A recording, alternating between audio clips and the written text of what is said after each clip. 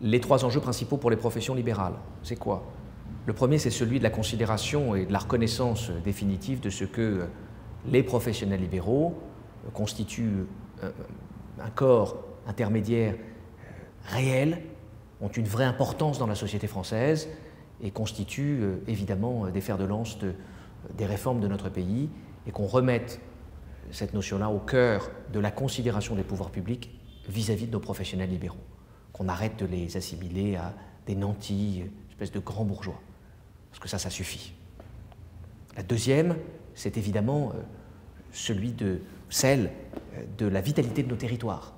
C'est-à-dire faire en sorte que nous puissions inciter les jeunes, inciter les professionnels libéraux à aller reprendre, créer des cabinets libéraux dans tous nos territoires. Partout en France où on a besoin de ce maillage pour créer de la vie. L'exercice libéral, il est consubstantiel du développement de nos territoires. Qu'il s'agisse de la santé, qu'il s'agisse de l'architecture ou qu'il s'agisse du droit.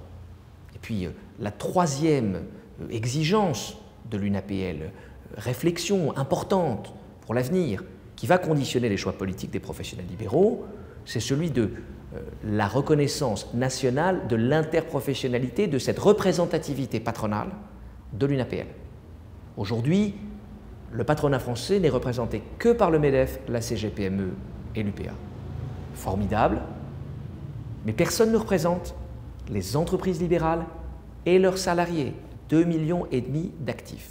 Il y a donc un enjeu majeur, et que nos candidats, qui ont chacun à leur manière indiqué qu'il fallait repenser la représentativité patronale française, dire comment ils veulent faire rentrer les professions libérales dans cette représentativité. C'est nécessaire, utile, et nous serons exigeants et vigilants sur la manière de présenter ces grandes considérations, ces grandes valeurs, ces grandes exigences des professions libérales.